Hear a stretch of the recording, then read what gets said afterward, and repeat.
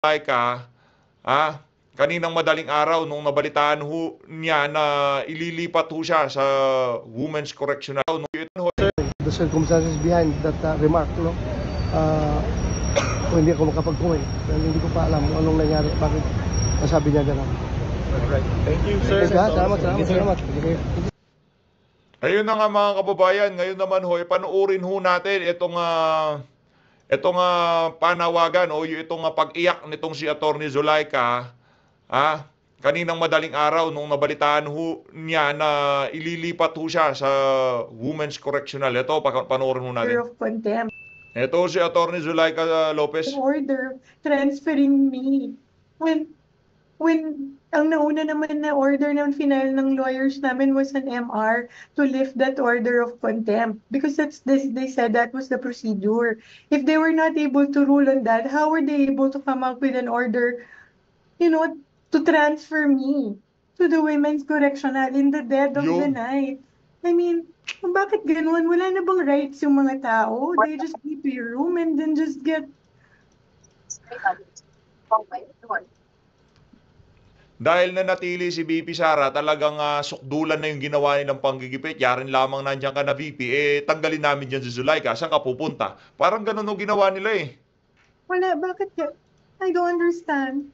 Ma'am, okay na po kayo ng questions from media? Can I have tissue? Sorry. Yeah. I'm sorry, I know it's the middle of the night, but I'm so scared. Yeah, I do understand, ma'am. I'm just Fred, scared. do you have question? Ma'am, good morning po, ma'am. Ma'am, I hope I don't mind, pero why do you think po bigla kayong pinalipat bigla sa correctional, ma'am? Do you think po ba it's because of the presence of the Vice President there? Parang, do you think po ba na gusto kayong paghiwalayin ni VP Inday? Kasi I know that you have a close working relationship with the Vice President. So, why do you think bigla kayong pinalipat sa correctional, ma'am? I really don't know. All I know is that I am not an accused of any crime. I am just a person detained here for 5 days until the hearing ng Monday.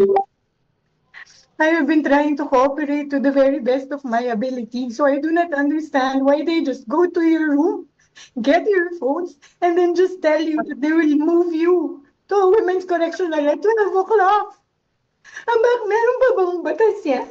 Don't people get rights anymore? I am a person, I'm trying to cooperate. But they just move me there. Alam naman nila, I have a chronic back concern. Tapos kanina pinayagan ako ni Chairman Chua dun sa mga request ko, and then suddenly they change everything, and then they come up with an order when they were not able to rule on my MR. To transfer, why? I don't understand. I did not do anything. Grabe. Ma'am, this is my last question, and I'm very much sorry. I'm sorry, ma'am, kasi I understand your situation right now. Pero ma'am, kasi po ma'am, ang na lang po siguro ang inyong next steps after this order. Are you going to file? Are you going to trigger na po ba, ma'am, the filing? I am not leaving this room. I am a detained here in the House of Representatives detention facility for 5 days until the hearing on Monday.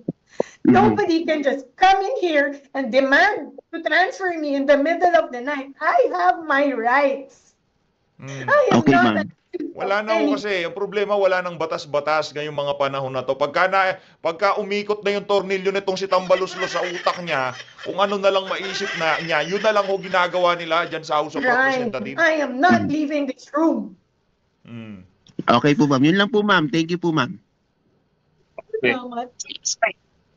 Any other question? Sino to? Dempsey, are you there?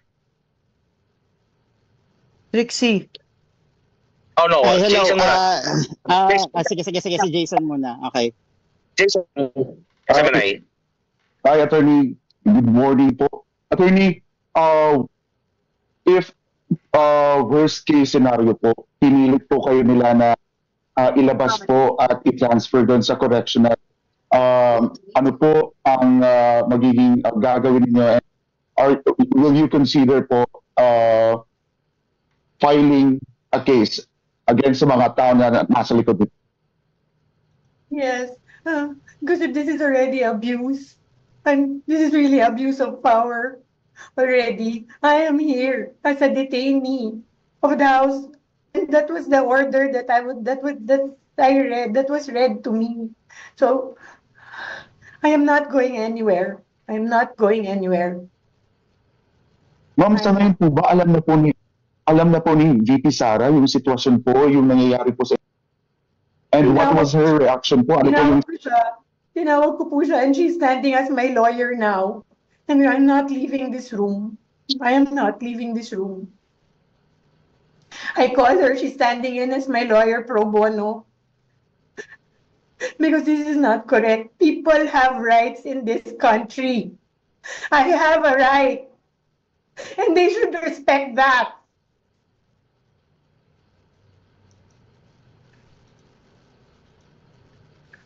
Jason. I'm trying to cooperate. I'm trying my best to cooperate. But this is what they do to you. And this is not correct.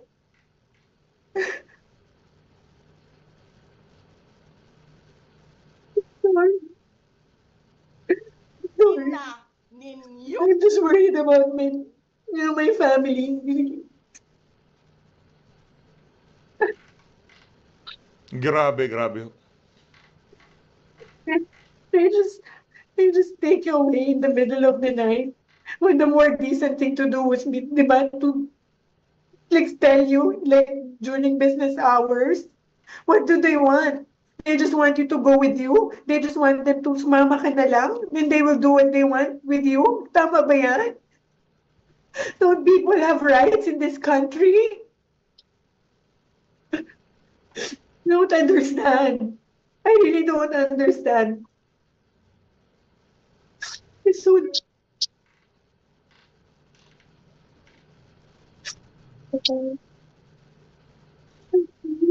Jason, do you have follow-up? Okay na ako, Sir Jace. Thank you po. Any other from the OVP?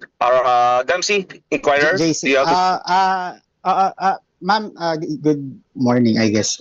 Tanong ko lang, ma'am, tama ba siya 9 na tao ang pumasok dyan sa detention cell nyo at 12 midnight? Pumasok Okay. sila. And then when Okay. they were reading, sabi ko, bakit? Gabi na, oras na nang matutulog kami. And I said, they just want to read me something. And I said, no, you cannot. Kasi patulog na kami. It's already 12 o'clock in the evening, and then pumasok na sila one by one. Isa may camera, isa yung parang taga-sergeant at arms, and then iba may mga police, male and female. I'm not sure if it's 9, but it's certainly more than me. I am just by myself with my companion here. And then, I don't understand. Parang ganun ba yun? Ganun ba ang nangyayari sa bansa natin? They just parang badger and go to your room and then demand you to go with them? What if I didn't know that I had to get a lawyer? So I demanded, I said, I am not leaving this room until my lawyer comes. But they were insistent. Sinabi nila sila doon yung lawyer. Sumama daw kami. They can process the entire thing on the way from here to Mandaluyong. I don't trust these people because they do not respect my rights. What kind of country is this? Follow up lang, ma'am. Were you able to communicate now with the... Di ba? Ang mga ordinaryong tao, they just treat like that. That is not correct. Okay. Follow up lang, ma'am. Were you able to, or anyone from your party, were able to communicate with Congressman Joel Chua, the chairperson? I mean, siya yung signatory, I believe, doon sa order na yon. Kay Congressman Joel Chua, ma'am. Yes, apo. Were you able to communicate with them or anyone from his office? No, not yet, because I got really scared. Kasi I think anytime now they will parang break this door and just take me away. Guys, let me break this lang Kakatimbro lang ng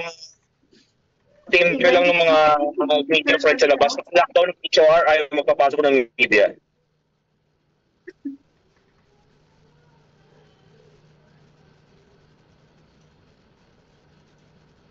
Anong country is this ba? I am just a regular government employee. All these years. Nagtatrabaho lang naman po ako. Grabe, Can you even respect your rights? I do not understand. What kind of country is this?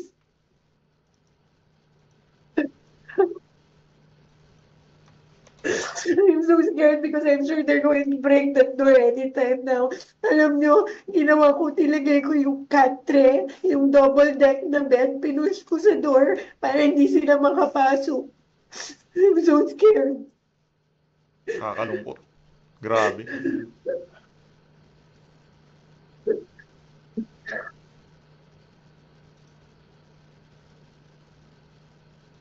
I came back from the US. I attended that hearing in good faith. I answered all their questions. Hindi ako nanggugulo. I think I was very, respectful in answering all the questions to the very best of my ability. Paki-share ho ng video para makita ho ng mga kababayan natin kung gaano kaloko yung mga nandyan sa House of Representatives. Tignan nyo yung ginawa nila dito sa Ali. Ang sabi nila sa akin, mag-MR lang daw ako, which I did. It's my right. Ang sinabi ko, na parang talaga naman I really answered to the best of my ability and I attended that in good faith. And they said, mag-MR ka, we will let you go. So we filed our MR. They did not rule on it. But suddenly, they were able to come out with an order ruling to transfer me to the Women's Correctional. Sabihin mo, ano sinabi nila sa iyo? Para ma-delete yung contempt. Diba? Sinabi nila sa iyo, ilip namin yung contempt kung i-produce mo yung akas.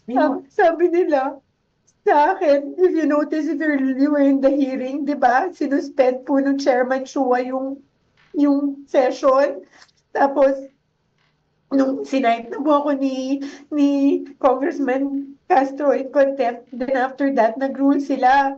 Tapos, then sinuspend niya. Tapos, lumapit po sila, nag-huddle sila, and then they called my lawyer and then told him na kausapin ko. So lumapit ako and I really apologized. I said, that letter to the Commission on Audit was really a position of the agency. It is our stand. Like all, diba? Like, meron kang points na gusto mo i-raise.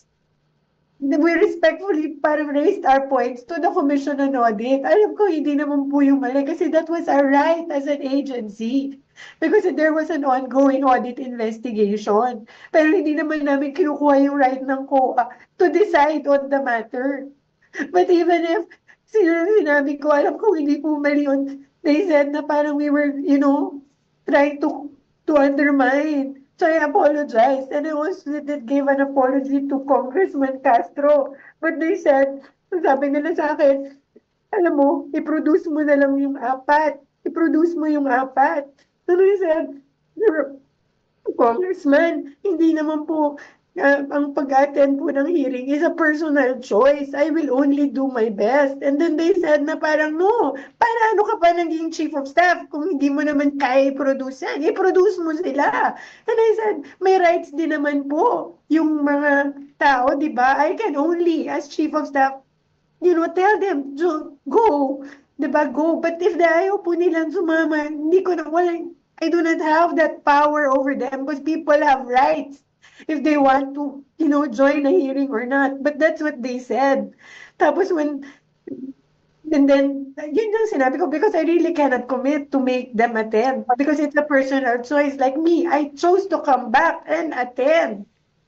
Diba? So, and then after that, nag-public apology na ako before the session was diba, suspended. Nag-public apology din ako kay Congressman Castro and I made it, parang I raised again to please to please lift that order because wala naman talaga intention ng Office of the Vice Walang mali President, siya. to undermine either the Commission on Audit or the House of Representatives in their powers.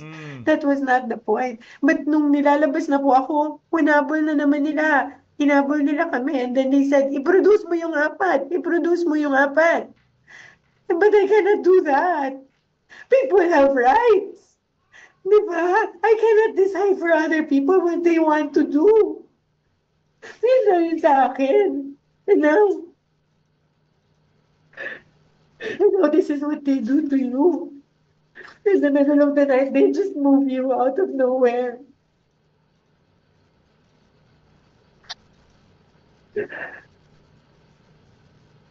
Grabe. How can I produce people, diba? How can I do that? I can only produce myself, in which I have done.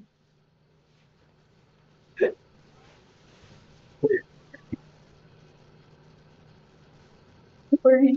Kawawa. Kawawa yung mga tao Wala na naman pinapatawag nangyayari sa nila dyan. bansa na to. Wala sa batas.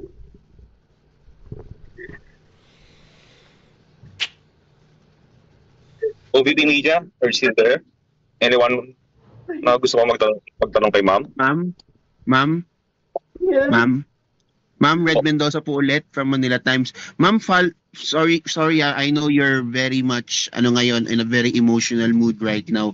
Pero ma'am, Ang bottom line ho dito, kaya naglabas ng ganyang klaseng order na ilipat para lang ho umalis si VP Sara. Pero kahit na anong mangyari, VP, wag ka pa rin aalis dyan sa dyan sa House of Representatives para talagang merong kalalagyan yung mga walang yan. to ask lang po, do you think po ba na the order to move you to correctional was yun nga po, I'd like to reiterate this again kasi kanina po nandyan po sa house si Kong Joel, si SAA, Naptaas, and also so do you think po ba nangyari po itong decision na to while they were at the House of Representatives talking to media na pakiramdam nila na baka dahil nga the Vice President is there, she's high security risk, it's now time to move you out of to correctional para mawala si VP dyan sa House?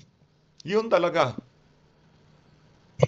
Yun talaga dahilan. Natumbok mo siya. I am not part of this, political thing. I am not. I'm just a regular government employee.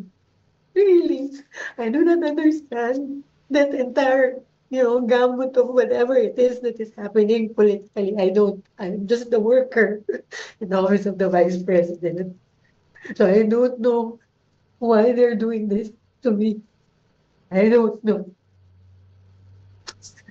Yun lang po, ma'am. Yun lang po, ma'am. Yun lang po, ma'am. Ay, hello. Pwede po magtanong. Bonds from Rappler. Ma'am, Zuleika, ask ko lang po. So what's going to happen next? Sasama po ba kayo? Ano po ba yung pwedeng abangan or mangyayari dito sa ginagawang ng mga PNP personnel outside your detention facility? I am not leaving my room. I am not. I am a detainee here at the House of Representatives. I am not an accused. I am not an accused na pupunta sa isang jail facility. I am not an accused. I have my rights.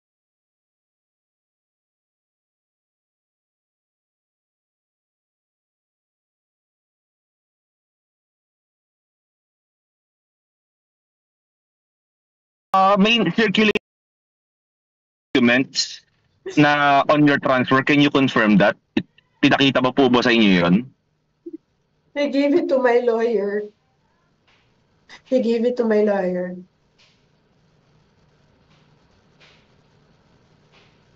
Ma'am, sorry, your lawyer is the Vice President, ma'am. Tama po ba? Yes, nandito po siya. And I also have a private lawyer. I think he arrived na. He's also outside. Ma'am, to clarify po, ma'am, nandyan po si Vice President, ma'am, no? Nandyan po sa tabi ninyo si Vice President. Yes, I called her. I called her kasi they just barged in eh. Pumasok lang talaga sila. Nakikita niyo ba yung katre dun sa likod ko? Pinush ko po yan para hindi sila makapasok.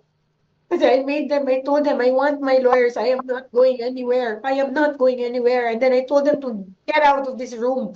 Because as a detainee of this facility, this is my space. And then when they left, I pushed that. Look at that. I pushed that by myself. I have a chronic backache. Because I am so scared. Dito eh. People have rights in this country.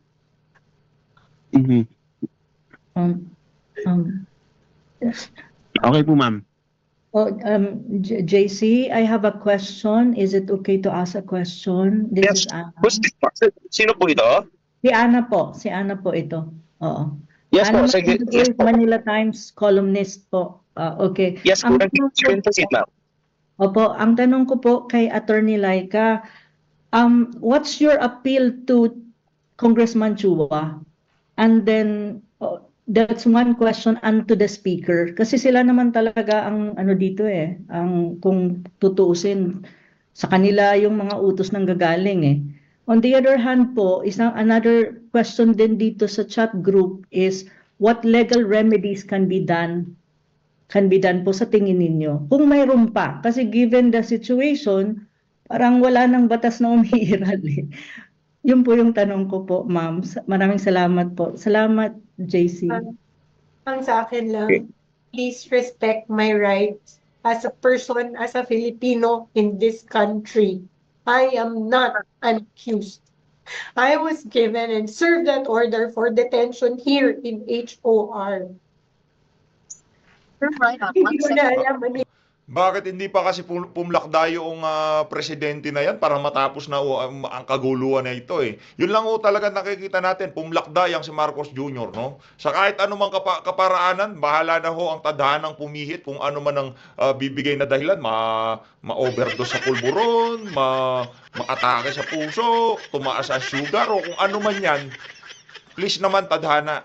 Kung ano man yung plano mo na yan, gawin mo na sa lalong madaling panahon. Yung ways forward kasi parang wala nang batas sa bansang ito.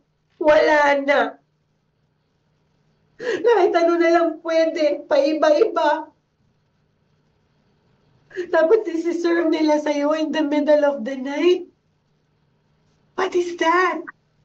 Is that even right? Wala na pong batas, ma'am. Wala na pong batas sa bansang ito. Opo, maraming salamat, Attorney Laika. Stay strong po. Ma'am Hana? Opo. Ma'am Hana? I was just informed by the OVP Legal, nasa labas po sila ng HOR gate, pero ayaw din silang papasukin.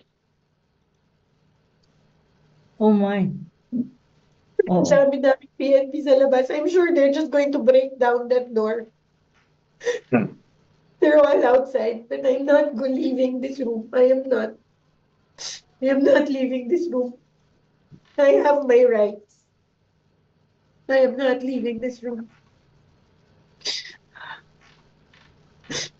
Hello, good morning from Canada. Pwedeng magtanong? Yes, sir. You can proceed.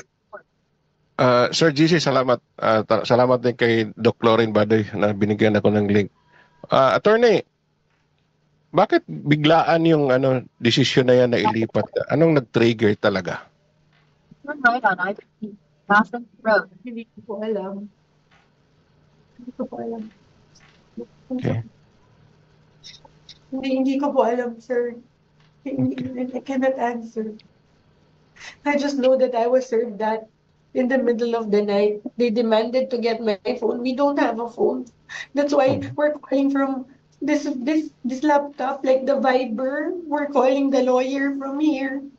Because I don't have a phone to contact anyone. My God.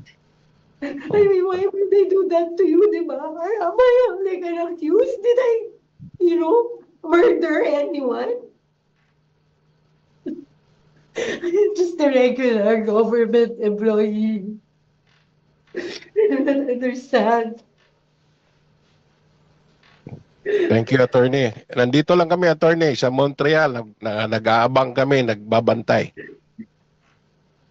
Kahit nasa malayo kami. Thank you.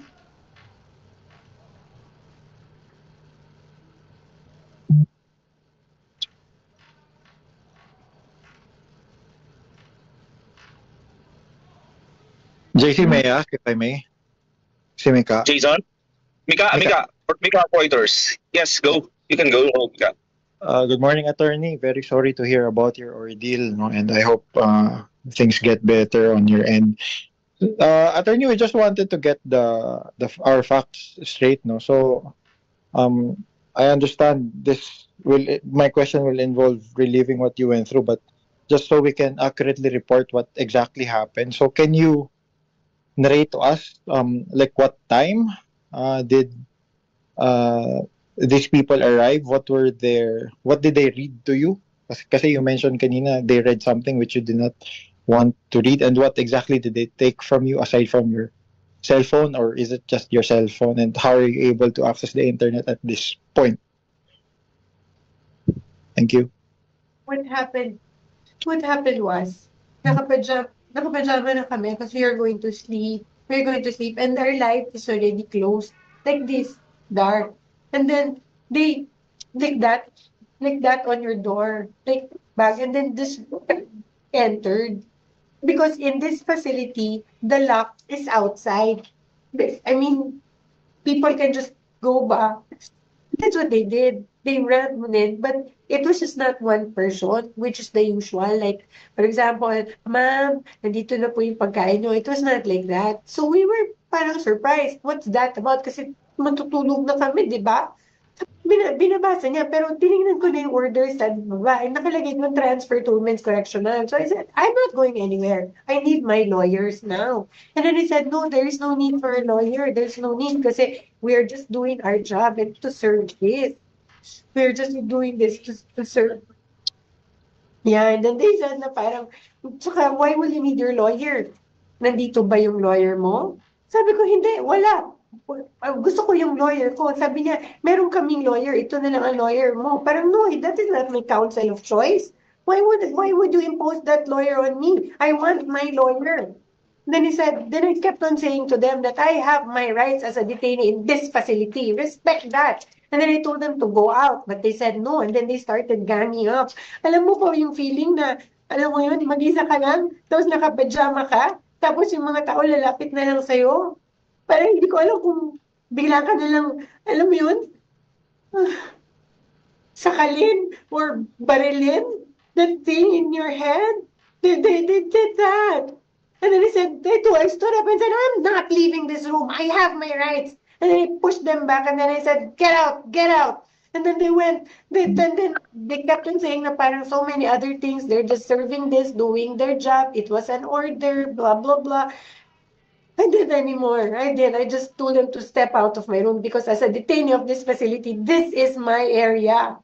Do not come in. That was the moment they came, but when they went out, I already pushed that by myself. That you see that bed? I pushed that all the way to the door para they cannot go in.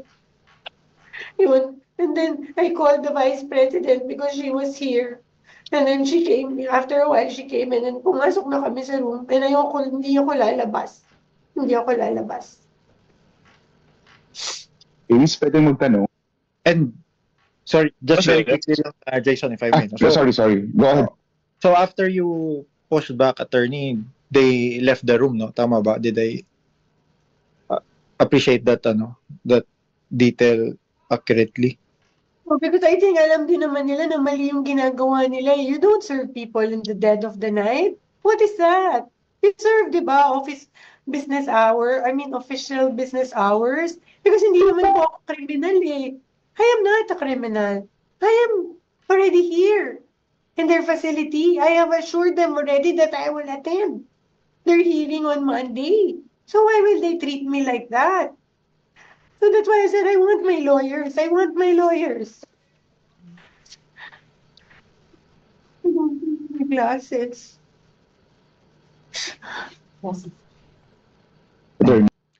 Ayun na nga mga kababayan, dito na una tatapusin ang ating video. Isusunodun natin yung mga banat nitong si Vice President Sara Duterte diyan sa dyan pa rin ho sa live na yan kaninang madaling araw, no? Hindi na ho natin na nasubaybayan kasi medyo natulog na ho tayo kanina, kaya ngayon pa lang ho natin nakita lahat ng kaganapan na to. As always, maraming salamat ho, mag-ingat po kayo lahat. Mahalin natin Pilipinas.